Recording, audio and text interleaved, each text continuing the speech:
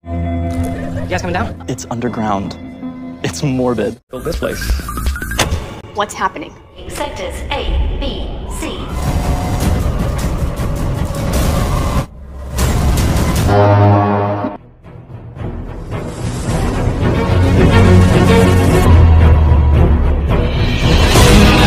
Di video kali ini saya akan menceritakan alur cerita dari film yang berjudul Survival Box.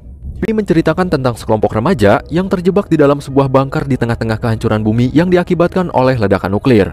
Penasaran dengan seluruh alur ceritanya? Film dibuka dengan pengumuman radio tentang pengoboman kota Hiroshima pada Perang Dunia Kedua. Kemudian berlanjut dengan berita ancaman rudal nuklir dari Korea Utara dan Amerika Serikat yang sedang berada di ambang permusuhan.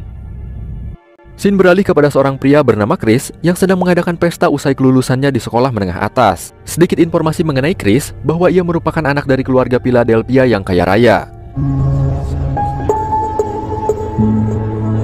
Chris berjalan masuk ke dalam rumahnya lalu bertemu dengan seorang temannya yang bernama Kit. Di sana ia sedang melihat berita dari tweet Presiden Donald Trump yang memberikan sindiran kepada Presiden Korea Utara mengenai senjata nuklir miliknya yang dianggap paling kuat dan tak lama lagi akan segera ia luncurkan. Di sisi lain, seorang pria bernama Josh sedang mengobrol bersama kekasihnya yaitu Camilla. Kemudian Chris datang meminta Josh untuk foto bersama karena ibunya menginginkan hal itu.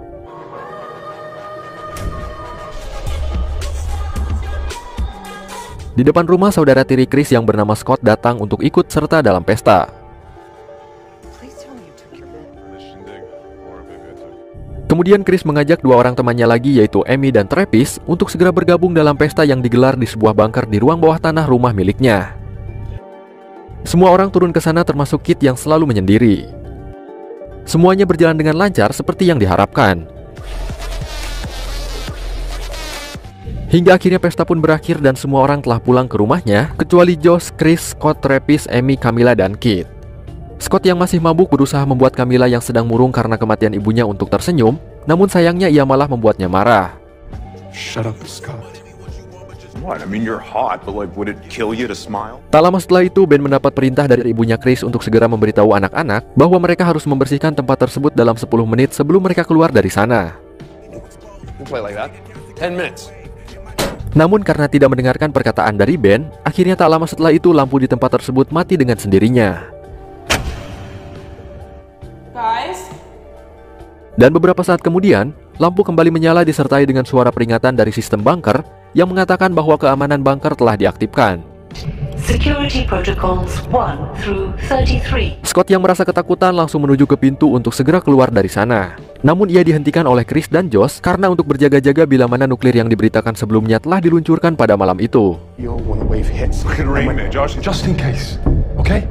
Oksigen untuk ruangan telah diaktifkan. Chris berusaha mencari siaran radio sementara Kit mencoba untuk menghubungi keluarga di rumah, namun sayangnya tidak satupun dari panggilannya yang dapat terhubung. Hari pertama mereka semua nampak depresi dengan keadaan. Travis masih tetap menggunakan alat bantu bernapas karena penyakit asma yang dideritanya. Kemudian mereka semua berunding untuk menyelesaikan masalah persediaan sumber daya untuk bertahan hidup di sana. Setelah diperkirakan, Chris mengatakan bahwa setidaknya mereka akan bisa bertahan di dalam bunker tersebut selama 8-9 bulan ke depan. Hingga akhirnya mereka memperdebatkan soal dampak dari ledakan nuklir, yang dimana Kit berpositif thinking bahwa ledakannya hanya berdampak pada lokal atau hanya menghancurkan kurang lebih 3 pulau saja. Namun itu hanya opini positif dari Kit, dan mereka tidak tahu apa yang sebenarnya terjadi di luar sana. Sampai akhirnya Scott mendapat sebuah pesan dari ibunya dari Dubai, yang membuatnya merasa yakin untuk segera pergi keluar dari sana. World's still out there. Ketika hendak keluar, Scott mendapat sindiran keras dari Camilla. Josh mengatakan bahwa pesan tersebut hanya terlambat sampai kepadanya, dan itu tidak membuktikan bahwa dunia masih aman seperti biasa. One text doesn't prove anything. Give me a satellite bouncing off the weight signals. Doesn't prove it. Hingga akhirnya Scott merasa emosi kepada Camilla, namun dihentikan oleh Kit dengan pistolnya. Kit sendiri menemukan pistol tersebut di lemari ruangan bagian belakang. I'm sorry, okay?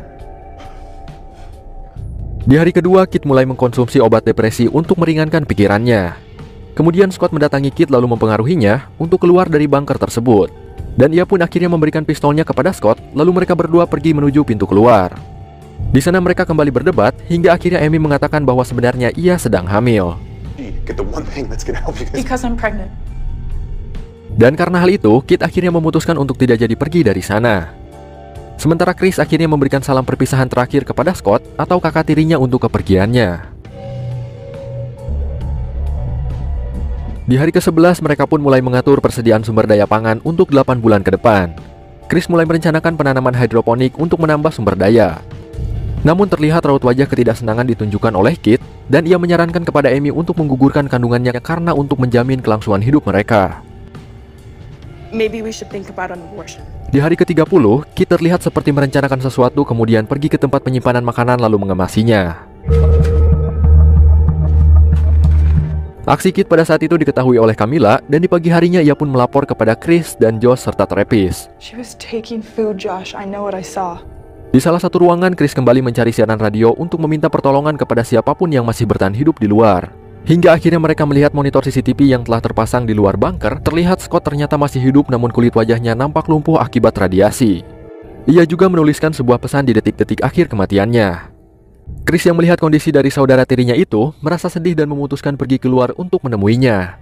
Namun ia tahu itu adalah hal yang tidak mungkin untuk dilakukan. Di hari ke-104 terlihat tanaman hidroponik mereka telah tumbuh dan Kit sedang berada di tempat penyimpanan makanan. Chris yang melihatnya tidak berpikir panjang dan langsung membenturkan kepala Kit karena teringat perkataan Camilla tentang dirinya yang telah mencuri makanan di malam hari.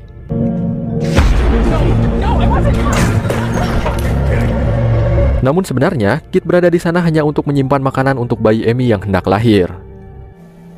Your baby. Kid. Karena merasa bersalah, akhirnya Chris menjumpai Kit di ruangan Amy. I'm sorry.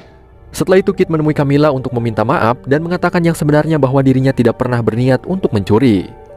Namun karena Camilla hanya melihat Kit dari segi penampilannya yang begitu dingin dan cuek, ia pun masih menganggap bahwa Kit adalah antagonis yang tidak bisa dipercaya. Karena terpuruk dan merasa sakit hati, akhirnya ia pun pergi keluar untuk menemui jasad Scott lalu mengambil jas anti radiasi dan juga pistol yang dipegangnya. Terlihat juga bangunan di sekitar bunker telah hancur akibat ledakan dari nuklir beberapa bulan yang lalu. Sedikit informasi bahwa jas yang disediakan dalam bunker tersebut hanya berjumlah 2 biji saja, dan karena hal itu, hanya ada 2 orang yang dapat keluar dari bunker tersebut. Di sana Kit meminta kepada Chris dan yang lainnya untuk segera membagikan bagian persediaan makanan dan obat-obatan kepadanya agar mereka semua percaya bahwa ia tidak pernah mencuri. Here's what's gonna happen. Dan setelah diperdebatkan, akhirnya Chris mau tidak mau harus menyerahkan bagian untuk Kit. That's what you want? Divide this stuff. Di hari ke-217 persediaan oksigen hanya tersisa sekitar 22% saja. Nampak keadaan di luar diperlihatkan dari sudut pandang Josh yang sedang berlari di tengah-tengah kehancuran dunia yang diakibatkan oleh ledakan nuklir. Tidak ada bangunan yang utuh apalagi tersisa di sana.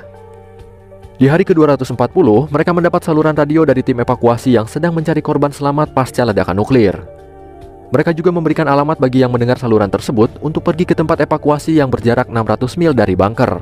Setelah dirundingkan, Amy dan Chris memutuskan untuk pergi terlebih dahulu ke tempat evakuasi yang nantinya mereka akan mengirimkan bantuan untuk Josh, Camilla, Travis, dan Kit yang tersisa di bunker. Ekspresi bahagia pun ditunjukkan oleh Josh dan Camilla karena mereka akan segera terbebas dari bunker yang telah mengurungnya selama berbulan-bulan. Chris telah selesai mengemasi barang-barangnya dan ketika Amy hendak pergi, ia merasakan sakit yang amat hebat dari perut menandakan bayinya akan segera lahir. Dan mereka pun membantu Amy melakukan persalinan di tempat tersebut kecuali Kit yang hanya mengintip dari kejauhan. Setelah melahirkan bayinya, Chris dan yang lainnya merasa terpukul karena ternyata Amy telah meninggal. Kemudian Chris menulis sebuah surat untuk dibaca oleh Josh, Camilla, Travis, dan Kit yang berisikan ucapan selamat tinggal karena Chris akan pergi keluar untuk menguburkan jasad Amy. Dan ketika Josh melihat jas anti radiasinya, ternyata jas tersebut masih tersisa 2 biji yang artinya Chris pergi keluar tanpa menggunakan jas. Oh, Chris. Bersamaan dengan itu, penyakit asma yang diderita oleh Travis semakin parah. Dan tak lama setelah itu, ia pun akhirnya meninggal juga. Di hari ke-249 yang tersisa hanyalah mereka bertiga dengan 1 orang bayi putri dari Amy. Suatu waktu Josh meminta kepada Kit untuk menyerahkan pistol yang sebelumnya diambil dari Scott kepadanya. You get the gun, and you bring it in here. Make me. Namun Kit justru malah mempermainkan perkataan dari Josh tersebut. Dan ketika si bayi menangis, Kit datang untuk menggendongnya. Namun ia dihentikan oleh Camilla karena Kit tidak diperbolehkan untuk menyentuh bayi Amy. She's mine. You stay away from her, I'll fucking kill you, kid. Hingga akhirnya Kit mengambil pistolnya untuk merencanakan perbuatan jahat kepada Camilla.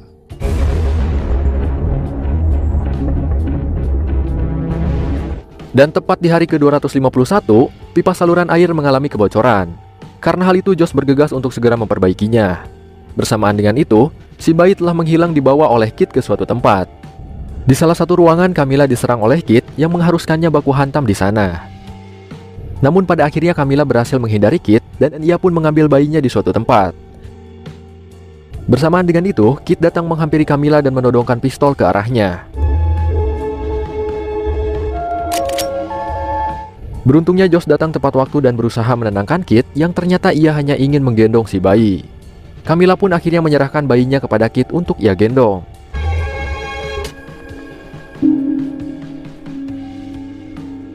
Dan mereka juga memberikan nama untuk si bayi dengan sebutan Amy.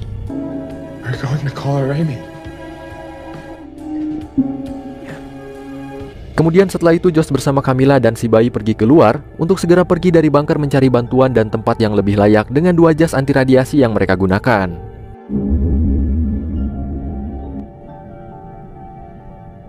Sementara Kit telah merelakan si bayi dan ia memutuskan untuk menetap di sana. Dari luar terlihat yang awalnya rumah mewah milik keluarga Philadelphia sekarang telah hancur berubah menjadi pepohonan yang mengelilingi sekitar bunker. Dan setelah itu,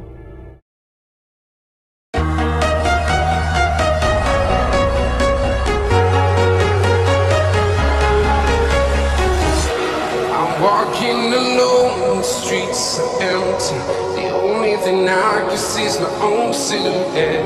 I'm getting stronger, step by step. The clock is ticking, but there's no time for me.